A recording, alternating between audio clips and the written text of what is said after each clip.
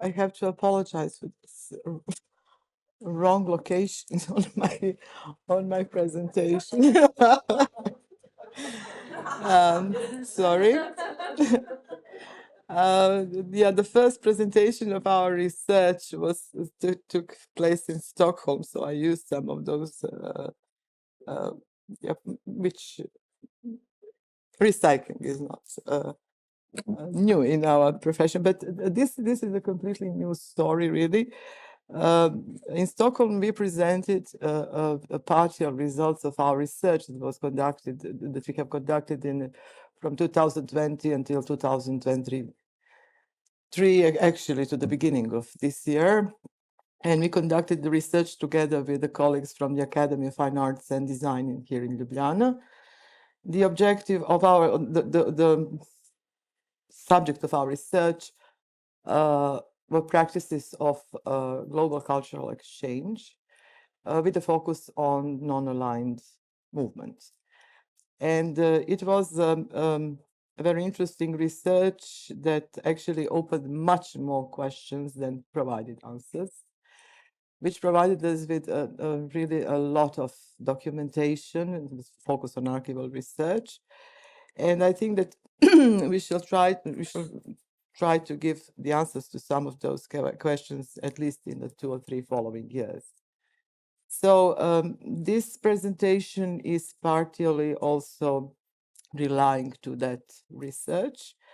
My segment of research at the project were exhibitions of visual art as the focus of the cultural exchange in Yugoslav cultural exchange with the world in the field of visual arts.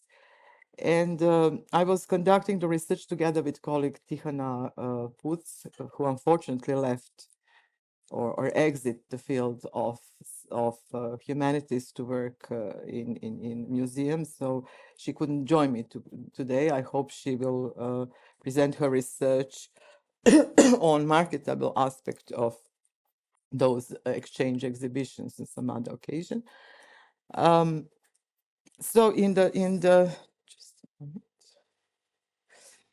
I will begin my presentation with building a kind of the context in which to approach Kržišnik. And the first step, I think, should be to explain how actually the cultural exchange in Yugoslavia worked. It was integral to the state foreign policy and was developed first and foremost through the interaction of Yugoslav political bodies, commissions, secretaries, committees, and cultural institutions, museum, galleries, professional art associations. Here you have a kind of, I try to put it in a kind of diagram, answering which was the task or of each element in this structure, providing also the questions with which each of them dealt. And the same structure could be applied also to the modeling of the internal cultural policies. With a slide just note that cultural politics in comparison to other public policies didn't have any set or defined rules that were applied for conducting, for implementing those policies, because the culture was approached and understood as integral to all the aspects of life in Yugoslavia. And it was very interesting when you compare the internal cultural policy and the foreign cultural policy that was restricted with the objectives of cultural diplomacy. I think which I have to say here that when I'm using the term cultural diplomacy, I'm using it in a sense of a different type of cultural actions meant to represent or to present the culture of your country to the people of some other country in the best possible way, which is very broad, and you will find a number of definitions of cultural diplomacy also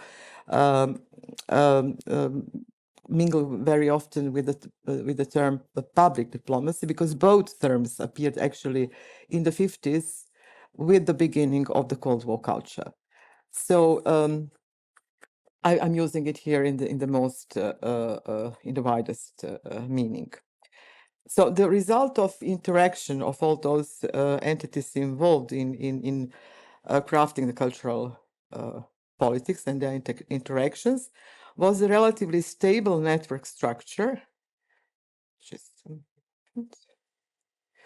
Relatively stable network structure capable of absorbing the occasional disturbances in the international internal dynamics of both groups and in the dynamics of their internal relations caused by either by the changes in Yugoslav foreign politics or by the latent power games of the local republic art scenes that often reflected in Yugoslav practices of cultural exchange. Individuals, art critics, and art historians who perform the professional duties of curating and organizing exhibitions were constitutive, albeit rather passive elements of this network structure, expected to align their aesthetic choices to the dominant notion of modernity. It was established through still another set of interactions between political and cultural actors whose sensitive balanced relation defined a common aesthetic horizon of the national art scene. And here I have to say that if you approach from that perspective, if you approach cultural exchange from that perspective of common aesthetic horizon, then it's obvious that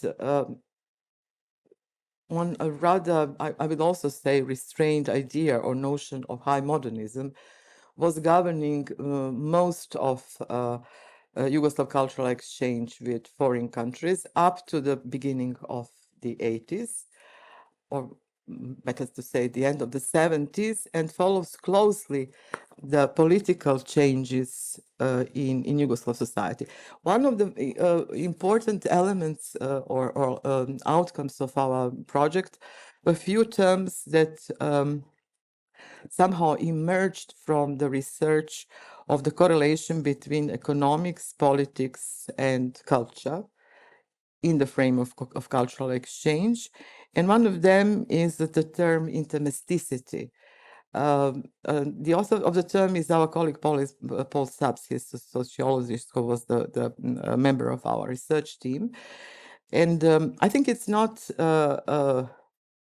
it's important that he is not from here, that he is somebody who is approaching Yugoslav experience from rather different perspective. And intermesticity is actually the term, I think that the closest translation to Croatian would be some kind of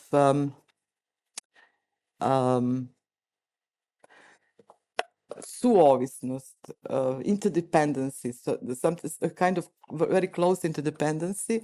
And although you are very, very aware of interdependency between art, culture, and politics in Yugoslavia, when approached from the perspective of cultural exchange, it is so obvious, at least until I think mid-1960s, how the cultural exchange or the selection of particular authors and curators to design and execute exhibitions that will be sent to the world to represent Yugoslavia have the effect on the position of those people within their local communities, their local art scenes, and at the Yugoslav art scene in general.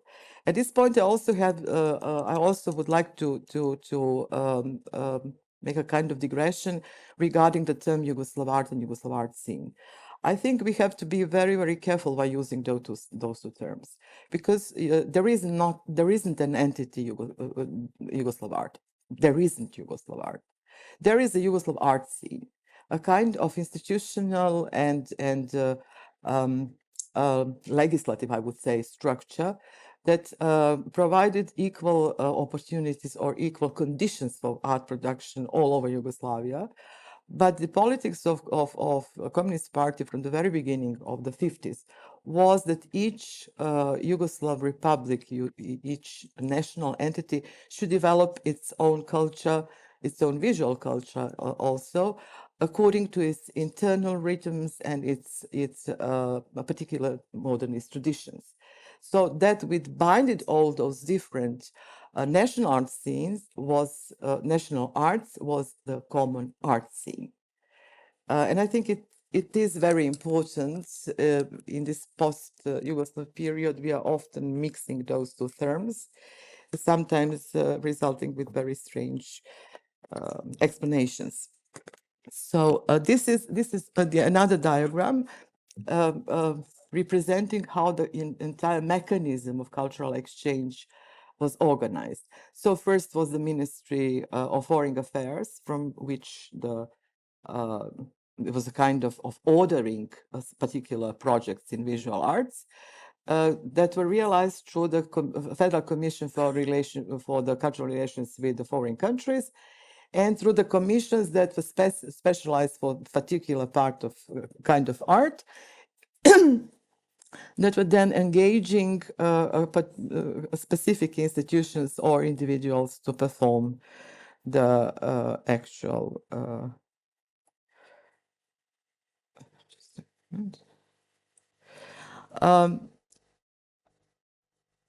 This is the kind of classification of the exhibitions.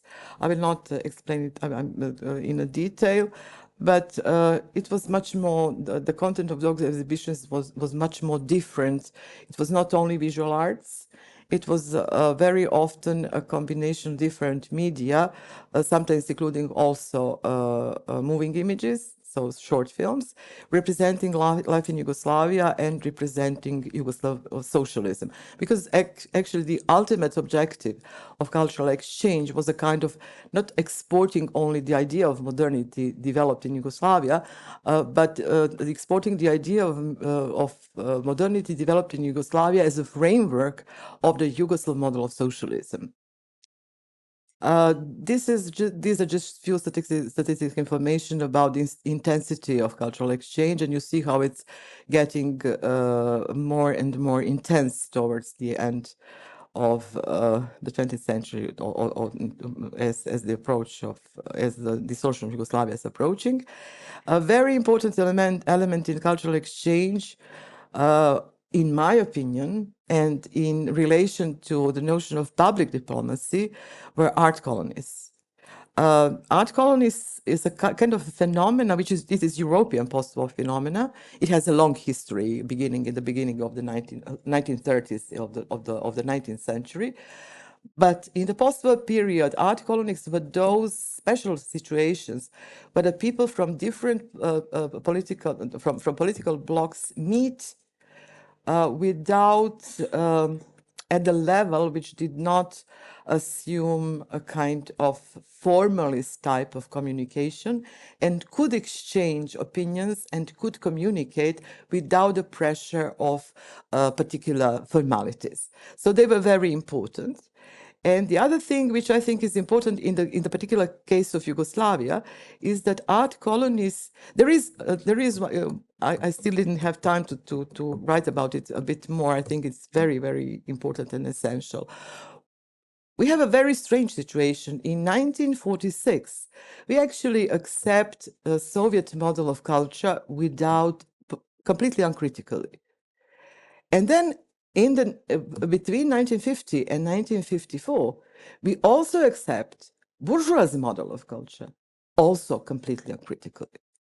What happens? And you have some residuums of the Soviet model lasting to the end of the 50s. Then you have the Western, the bourgeois model, which is implemented without inventing any new forms in a sense of organization, expression, or actually inclusion of art in everyday life. That was the idea at the very beginning of developing socialism in the 40s. So we don't have no new forms, we don't have new institutions. And the question is, what happened? Where the idea of art accessible to all, related to that utopian or projective element of socialism, has gone? What happened with it? So I think it's a very important question, and partially how it could look if it would put differently, if we were a little bit more relaxed in thinking how to include art in our everyday practice and closer to those political framework, to that political framework on which the socialism rested, how it would look like. I think art colonies can partially give the answer to that question because they integrate the entire communities into the artistic production, into exchange with artists. And you have a notes of the artists who were in the colonies, especially in Vojvodina. There were a lot of them in the 1950s because of very prosaic economic reasons. The entire communities we attending the conversations with artists about art, which is the position of art in society, which it should be, which would be the position of art in your everyday life, how it would actually give a kind of not extra meaning, but would give a kind of different different twist, I would say, to entire social relations. So I think it's very important question, and at some point we should answer to it. So this was a very long digression, and this is still another diagram. This one shows a very important moment in the history of in the development of Yugoslav society, because it was really a society in a permanent state of transition. It was changing all the time, and all of those changes inevitably affected the realm of culture. But as somebody said yesterday very correctly, and I completely agree, that which is most important, if you want to understand, it's my opinion, to understand Yugoslav socialism, is to deal with its controversies. It was highly controversial, and those controversies tell much more about actually its achievements than any attempt or idea framed by nostalgia to represent Yugoslav socialism for something it wasn't. It was a very good idea that had a bad execution. So talking about going back to cultural exchange, this is the map of the locations where the Yugoslav exhibitions have traveled, where the Yugoslav art was exhibited between 1953 and 1989. I'm using the year 1953 with a purpose. In 1953, there was the first exhibition, you could call it a traveling exhibition, which returned back to Yugoslavia only in 1956. And it's important because its direction was not towards west, it was towards east. It was traveling to Greece, to Athens, to Beirut, and to Alexandria, and then returned back to European continent, to Lille. Why? Because it was a period when Yugoslavia was trying to establish something called a Balkan Federation. And in 1954, Yugoslavia gave up on that idea under the pressure of the Western allies. And under pressure of other historic circumstances at the moment. And we can relate the exhibition that Tamara mentioned yesterday, regional meeting of UEFA in Athens. It was the part of the same cultural diplomacy package, demonstrating very early that Yugoslavia saw its way to independence, or how to keep its independence, with correlation or with relating more closely with the countries, with non-European countries, with the global South. Reasons for that are much more complex, and I don't have time to explain them now. They're quite obvious. This is the catalog of a few pages from the catalog of that exhibition. Yeah, it was not Alexandria, but Damascus. And these are the trajectories of those exhibitions. So the roads they have made, some of them were traveling for 3, 4, 5 years around the world. And going back to, this is the bipartite network of the exhibitions and institutions Yugoslavia organized in non-aligned countries between 1961 and 1978. And when a colleague mentioned that we are also using digital tools, yes, we are using digital tools in order to reconstruct the networks of the exhibitions, institutions, and in this particular case, and their participants, in order to see actually who were the people who were, in a way, defining Yugoslav foreign cultural policy in the field of visual arts. And not so-called cultural policy, but the mode of representation and the material used to represent Yugoslav visual culture and arts in to foreign countries. If you think this is a huge network, then I suggest to see this one. So this is the network. I think I can, yes. This is something that's called in digital art history spaghetti network. So it's unreadable exactly because of so many connections, so many actors. In this particular case, it's used just to illustrate the intensity of exchange with America and Western Europe. That was actually the focus of Yugoslav cultural exchange. Much more exhibitions have been produced and sent to. So this is how it looks when you go a little bit closer and nearer. And these are the views of the exhibition Yugoslav Contemporary Art that was presented in Aleppo in Syria in 1967. And I think I must admit that I chose Aleppo for sentimental reasons. It is the city that doesn't exist anymore. And this is the city which all obviously had a public for modern art. Still another view. And I would say this was a rather representative selection of Yugoslav art. It's 1967, so you see new tendencies, representative of Serbian figurative or semi-figurative art. Just a moment. One thing I would like to say about Aleppo, that it was also very important. It was a kind of I don't know exact term, please help me. When you flunk the exam and then you have popravni. So you have the opportunity to correct the things. So in 1965, Yugoslavia organized a very big exhibition in a sense of number of artworks that was sent to Far East, no Far East, to the Middle East. The location was Tehran. And from Tehran, it was supposed to go to Syria, to Lebanon, and then to return back to Yugoslavia. The exhibition was a total disaster.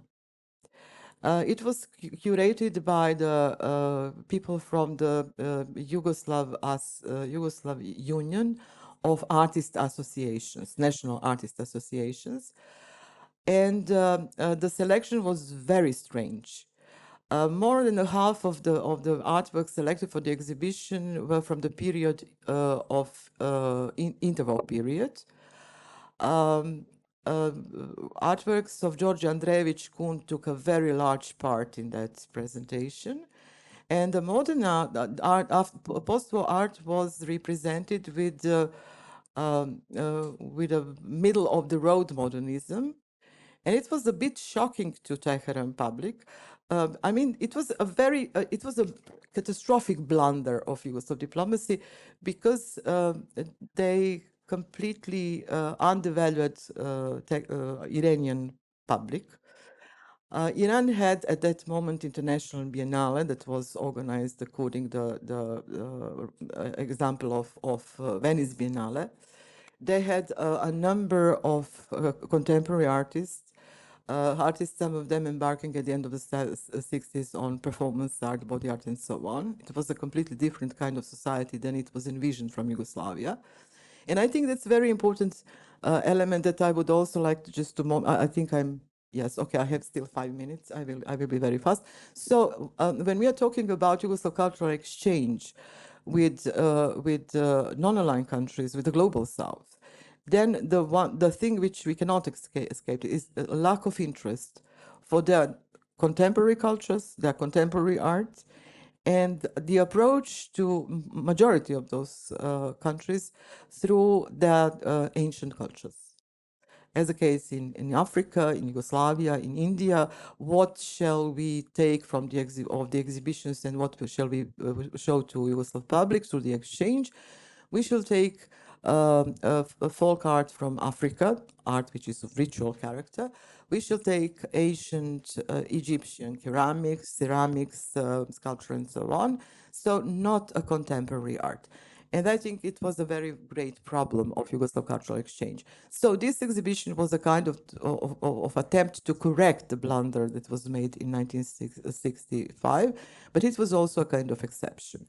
And talking about where is Kržišnik in the whole story, Kržišnik was the author of the majority of a lot of the exhibitions. This is the view of the Sao Paulo Biennale where he was a curator. And this is the story of different types of curating that were, but this is Kržišnik's network. This is the network of all Kržišnik's exhibitions.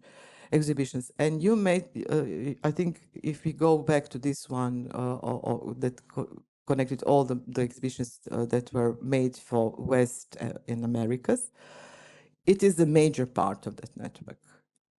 And he started to curate exhibitions for commission in 1957. Actually, the first exhibition, Yugoslav exhibition that was touring West Europe was his. It was Arte Jugoslava Contemporanea. It was presented in Rome in 1957 with the help of Palma Bucarelli. And it was accepted, or it was the response of Italian public was very strange, because it was not strange, but it was the exhibition was terribly attacked by Italian Communist Party, really terribly. It was returned back to Yugoslavia, and then Kržišnik, in collaboration with the commission, changed a part of the exhibition. It was expanded with the mild modernist examples of Yugoslav production, and then it was sent to the tour and was touring West and East equally. And in comparison to the response of Italian public, for Polish public, because it was also presented in Krakow, it was a sensation. And from that moment on, because it was very important how the Eastern Bloc will react to Yugoslav art because of the very tense relations with the East re-established in 1956, I think it was very important reason why Kržišnik took such an important position in Yugoslav cultural exchange. Actually, if you are analyzing the names of the curators who are frequently appearing as the curators of such exhibition, it's the Kržišnik, then long nobody. Sometimes the people from the Gallery of Contemporary Art in Zagreb, like Putar, for example, and the Kelemen. And only from 1971-72, the people like Jesha de Negri enters the story. Jesha de Negri is the representative of the younger generation, ambitious one, but who has a completely different view of art in relation to Kržišnik. And this is the map of Kržišnik's exhibitions. As you see, Africa is completely lacking. He was actually not interested in Global South. Regardless of how we interpret Graphic Biennale, and it's in my view, Graphic Biennale was very important politically from the first moment, from the 1955. Why? Because it was the first appearance of the complete selection of artists from the Eastern Bloc at one exhibition that was not held within the bloc. And we had a broken relations with SSR until 1955, when the Khrushchev and Tito met for the first time. So it was extremely politically important, but from that reason. And when you say that the Biennale, Graphic Biennale it was counted among the Biennale of non-aligned art, I could partially agree with that because of a kind of much larger infrastructure to which it belonged. But it did not have the non-aligned countries in the focus. It's so clear. I will not enter why. I mean, the reasons are very obvious. I think it would be very important also to be very cautious when positioning Biennale in different cultural contexts. And what else? Yes, just a slight reference to his commercial acumen and his managerial skills. Absolutely yes, but also one of the myths. From 1953, Yugoslav artists who were participated in exchange exhibition were expected to sell their works. And if your works were not sold good, you had less chance to be included in the next exhibition that was touring around the world. So I think that he just used the certain situations very wisely, certain situations and infrastructures that he was allowed to use to define a different kind of curatorial practice, which, in my opinion, did not actually surpass any of the borders or didn't add particular any new characteristics to rather classical type of curating, which assume that you are choosing artists according to the value of their art, to their potential to, due to that value, attain a certain price at the international art scene. And if you see Graphic Biennale, I suppose this is sacrilege to say, but actually it did not add much to the promotion of experimental side of the graphic art. It's just as long as he was curating it. So I'm sorry for actually adding so many digressions and not perhaps devoting enough time to Kržišnik. I'm ending this, and I'm very grateful for your patience.